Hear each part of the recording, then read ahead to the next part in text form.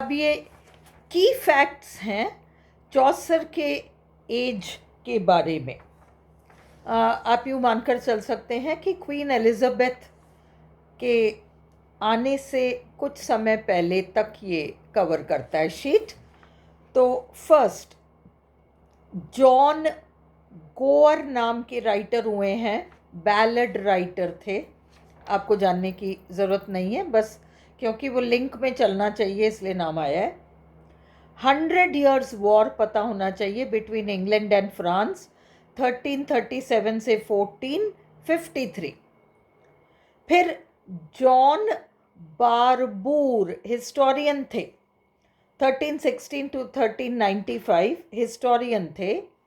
William Langland जिन्होंने piers the प्लोमन लिखा है 1362 में, इनकी रचना इम्पॉर्टेंट है, पियर्स द प्लोमन। फिर इसके बारे में आपने वो अप टू चौसर जो 50 पॉइंट्स थे उसमें देख ही लिया था कि वो विल और वो खेत है, ऊपर एक टावर है, नीचे खाई है, ट्रूथ वो टावर में है, वो सारा आपने अप टू चौसर वाले 50 पॉइंट्स में देखा है, इनफ है वो। फिर English replaces French as the official language of the new law courts of England. Law courts में अब इंग्लिश ना कि फ्रेंच चलेगा, ये 1362 में हुआ है, इंग्लिश ऑफिशियल लैंग्वेज बन गया।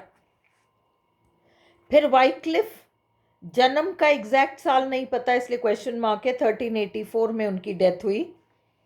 He was an early reformer of the church, church में सुधार करने की कोशिश करी। Associated with Lollardy, translated the Bible into English, Lollard Bible, और उसका एग्जैक्ट ईयर एक्चुअली नहीं पता है ना, वो क्या है 1380 से 1390 तक वो चलता गया है, उसके रिविजन्स बहुत सारे हुए इसलिए वो ईयर नहीं पूछेंगे। ब्लैक डेथ प्लेग 1347 से 1350 तक के बीच आया है। फिर चौसर आ गए 1343, क्वेश्चन मार्क है, एग्जैक्ट ईयर ऑफ बर्थ नहीं पता, ईयर ऑफ डेथ पता है कि 1400 में मरे। फादर ऑफ इंग्लिश कहलाए। Saw the reign of 3 kings, Edward third, Richard second, Henry fourth. आप टाइमलाइन देख लोगे तो बिल्कुल याद हो जाएगा। His books were written as follows, उन्होंने जो भी लिखा इटालियन पीरियड, फ्रेंच पीरियड और इंग्लिश पीरियड, और इंग्लिश पीरियड में तो केवल prologue to the Canterbury tales लिखा है इन्होंने। फ्रेंच पीरियड में इन्होंने बुक ऑफ द डचेस लिखा है 1369, डचेस ब्लांच के ऊपर। इटालियन पीरियड में मैक्सिमम लिखा है House of Fame, Parliament of Fowls, Troilus and Criseyde, Legend of Good Women, सारा आपका इटालियन पीरियड का है। और इंग्लिश पीरियड में कैंटरबरी टेल्स और 24 टेल्स हैं जिसमें से 20 कंप्लीट है, 4 इनकम्प्लीट है। फिर आता है आपका पेजेंट्स रिवोल्ट 1381, वैट टाइलर्स रिबेलियन। फिर आता है आपका 100 ईयर्स वॉर, दोबारा आ गया एक्चुअली, ऊपर भी मेंशन्ड है 1337 टू 1453। फिर जोन ऑफ आर्क जो 100 ईयर्स वॉर में फ्रांस की महिला थी, मजदूरन थी और प्रवचन देने लग गई, बड़े बड़े सेठ साहूकार ज़मींदार इसके प्रवचन सुनने आते थे, कहती थी चर्च मत जाओ, चर्च की बुराइयां करती थी। राजा महाराजा प्रभावित होकर चर्च जाना उन्होंने बंद कर दिया, तो चर्च की कमाई खत्म हो गई, क्योंकि सेठ साहूकार राजा नहीं आएंगे तो पैसा कहाँ से आएगा, इसलिए सारे चर्च अधिकारी जोन ऑफ आर्क के दुश्मन हो गए, पर उन्होंने कुछ किया नहीं। ये जोन ऑफ आर्क ने 100 ईयर्स वॉर में इंग्लैंड के राजाओं के खिलाफ बात करनी शुरू कर दी कि उन्हें कोई हक नहीं है इंग्लैंड के राजा राजकुमारों को हमारे यहाँ की राजकुमारियों से शादी करके हमारे यहाँ राजा बनने की कोशिश जो ये लोग करते हैं ये नहीं करना चाहिए। डबल दुश्मनी हो गई, अब इसको जिंदा जला देंगे। वो कहते हैं बर्न्ट एट स्टेक, जिंदा जलाना 1431। इसके ऊपर जीबी शॉ ने प्ले लिखा है Saint John. War of roses, वो रेड रोज और वाइट रोज की लड़ाई between the houses of Lancaster and York 1455 से लेकर 1485 तक। फिर first European printing press Germany में शुरू हुआ, मेंस शहर में 1450 में, और इंग्लैंड में 1476 में विलियम कैक्सटन ने पहला प्रिंटिंग प्रेस डाला। First printing press set up by Johann Gutenberg at Mainz Germany around 1450. First English printing press set up by Caxton in 1476 England में। और कैक्सटन ने प्रेस डाला तो सबसे पहले उन्होंने बाइबल छापा और उसके बाद चौसर का कैंटरबरी टेल्स 1477 में उसको प्रिंट किया। अगला एक बहुत इम्पॉर्टेंट डेट है फॉल ऑफ कॉन्स्टेंटिनोपल, और इसका सन है 1453। मैं इसको अभी डिटेल में नहीं लूँगी क्योंकि रेनेसांस के नाम से एक अलग ही मूवमेंट है, तो कभी उसके बारे में जब पढ़ोगे तो पढ़ोगे, नहीं तो आप लिटरेचर के स्टूडेंट्स हो, इंटरनेट पे आप रेनेसांस बिल्कुल पढ़ सकते हो, और आप फॉल ऑफ कॉन्स्टेंटिनोपल डालोगे तो सारी डिटेल्स आ जाएंगे। मैं ब्रीफ में आपको बता दूं, कॉन्स्टेंटाइन प्रथम नाम के राजा ने 330 एडी में कॉन्स्टेंटिनोपल नाम का शहर बसाया था। वो शहर उसने बसाया, वो तो मर गया, उसके बाद उसके और भी बेटे, फिर उसके बेटे चलता रहा, और फिर उसी लाइन में एक राजा जिसका नाम था जस्टिनियन, उसने कॉन्स्टेंटिनोपल में एक बहुत आलीशान गिरजाघर खड़ा किया, बहुत ही आलीशान। तो मुस्लिम्स तब तक प्रॉफिट मोहम्मद आ चुके थे, और प्रॉफिट मोहम्मद ने ये घोषणा करी कि जो भी उस सेंटा सोफिया नाम के चर्च में पहली नमाज अदा करेगा उसको जन्नत मिलेगा। फिर तो क्या, सारे मुस्लिम रूलर्स पीछे पड़ गए कि सेंटा सोफिया को जीतना है। कॉन्स्टेंटिनोपल शहर वेल गार्डेड, वेल प्रोटेक्टेड था, और ये मोहम्मद द सेकंड नाम का टर्की का राजा, इसने पहले भी आक्रमण करने की कोशिश करी, वो हार गया। कसम खाकर घर से निकला कि मैं जीत कर ही आऊँगा, और फिर उसने वह घर से निकला और इसने 5 अप्रैल को अपने घर से निकला है। 5 अप्रैल 1453 घर से निकला है, और 29 मई 1453 इसने गिरजाघर में धावा बोला और ख़त्म कर दिया। और तब तक आपका राजा कॉन्स्टेंटाइन 11वां आ चुका था, वो मारा गया, और ये कॉन्स्टेंटिनोपल शहर का पतन हो गया 1453 में। इसका रेनेसांस पर बहुत तगड़ा प्रभाव पड़ा है।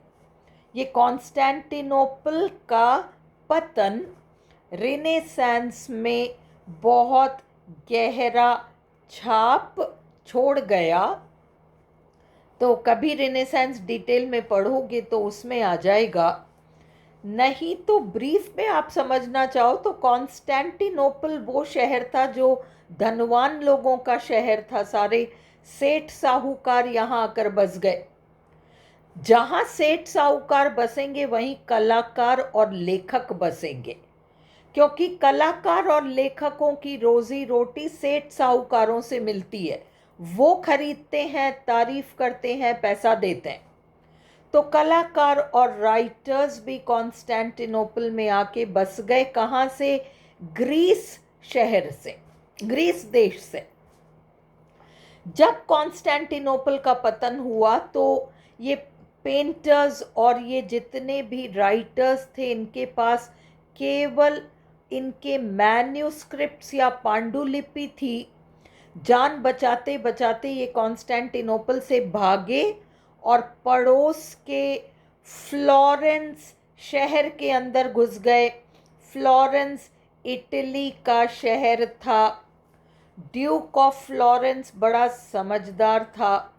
उसने ये कॉन्स्टेंटिनोपल से भाग कर आए हुए विद्वानों को शरण दी। कहा चिंता मत करो, शांति से रह लो मेरे राज्य में, बस अपना ये सारा मैन्यूस्क्रिप्ट मेरे हवाले कर दो। मरता क्या न करता। तो ये ग्रीक जितने भी स्कॉलर्स एंड राइटर्स थे, उन्होंने अपनी पांडुलिपियां या मैन्यूस्क्रिप्ट्स ड्यूक ऑफ फ्लोरेंस को पकड़ा दी। ड्यूक ऑफ फ्लोरेंस ने क्या चालाकी करी? ग्रीक लैंग्वेज से लैटिन लैंग्वेज में ट्रांसलेट करके वो लैटिन में छप गया। रेनेसांस पर ये प्रभाव पड़ा। ओरिजिनल ग्रीक लिटरेचर लैटिन भाषा में ट्रांसलेट होकर छपा है।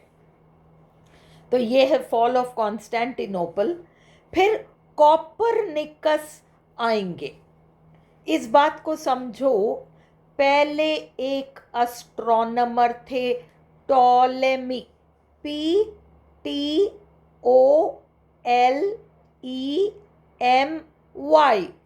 टॉलेमी। ये आपके नॉलेज के लिए है। ये एज ऑफ एनलाइटनमेंट में ये रेफरेंस आएगा ज़रूर आगे जाकर 17th सेंचुरी में। अभी आप केवल ये जानो, टॉलेमी नाम के एस्ट्रोनॉमर ने कहा था धरती बीच में स्थिर है और सूरज घूमता है। परंतु रेनेसांस के आने के बाद ज्ञान के क्षेत्र में बहुत विस्तार हुआ। पता चला धरती फ्लैट नहीं है, स्फीयरिकल है। ये भी पता चला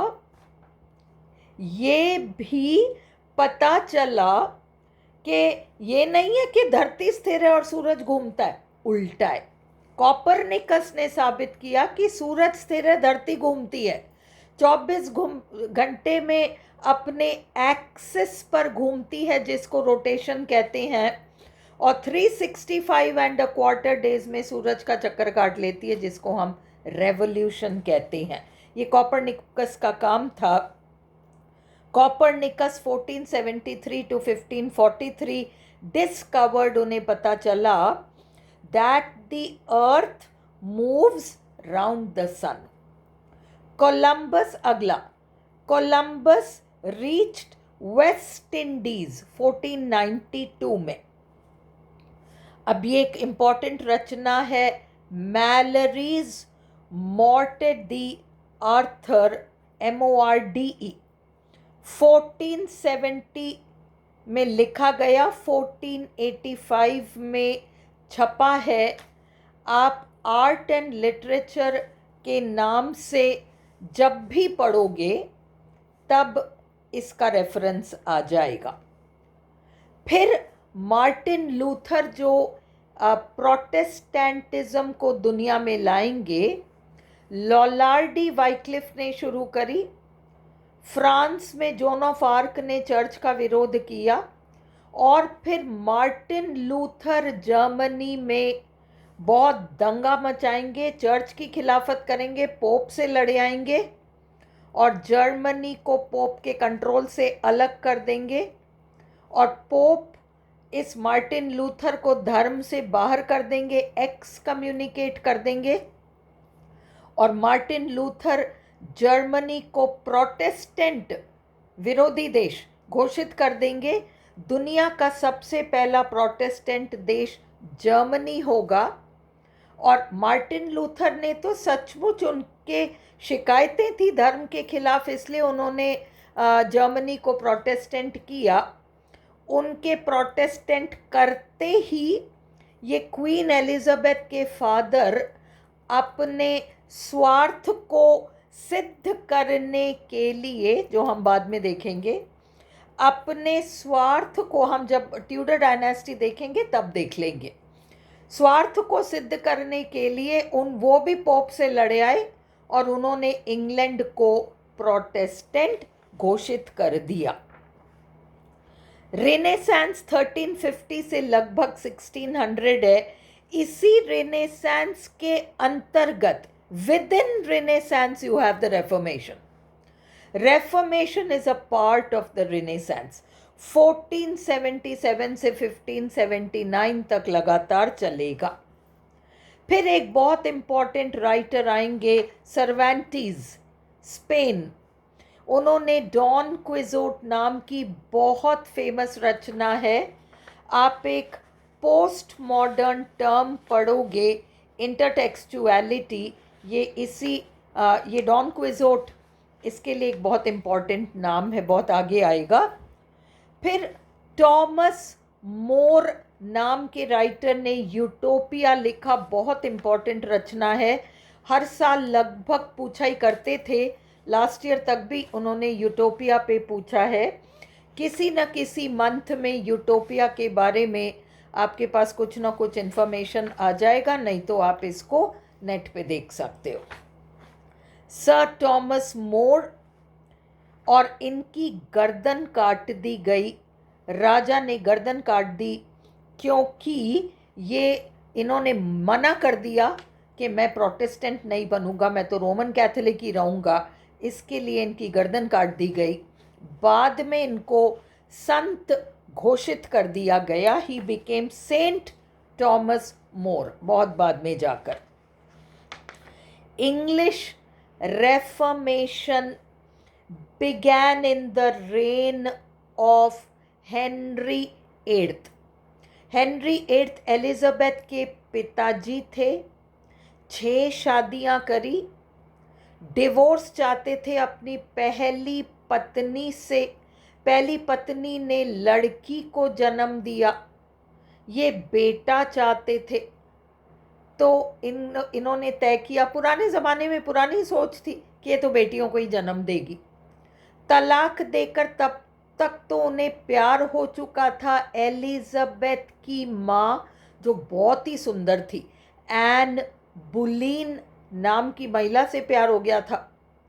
उन्होंने पोप से जाके कहा कि मुझे तलाक दो।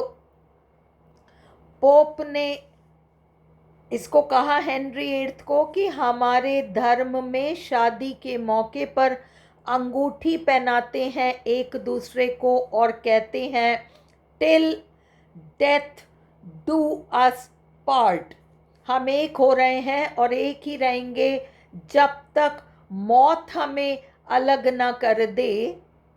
तो जब ये तलाक का प्रावधान ही नहीं है हमारे धर्म में, तो मैं तुम्हें तलाक कैसे दे दूं? तो हेनरी एट्थ ने कहा मैं तो राजा हूँ, मुझे तो तलाक चाहिए, आप मेरे लिए स्पेशली कोई प्रावधान निकालो। पोप ने कहा ऐसे नहीं प्रावधान निकलते, नहीं हो सकता।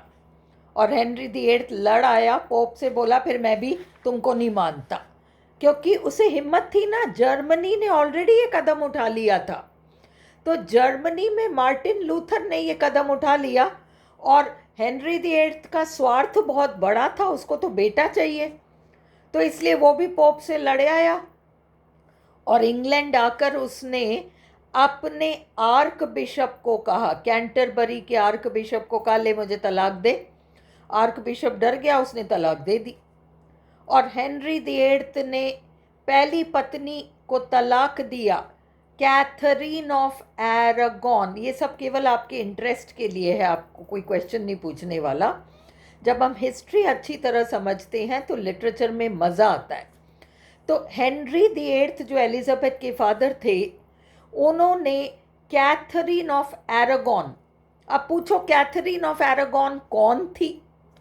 हेनरी दी एट्थ का बड़ा भाई था एंड्रू, वो मर गया। उसकी बेवा से, उसकी विधवा से, विडो से हेनरी दी एट्थ ने जल्दबाजी में शादी कर ली।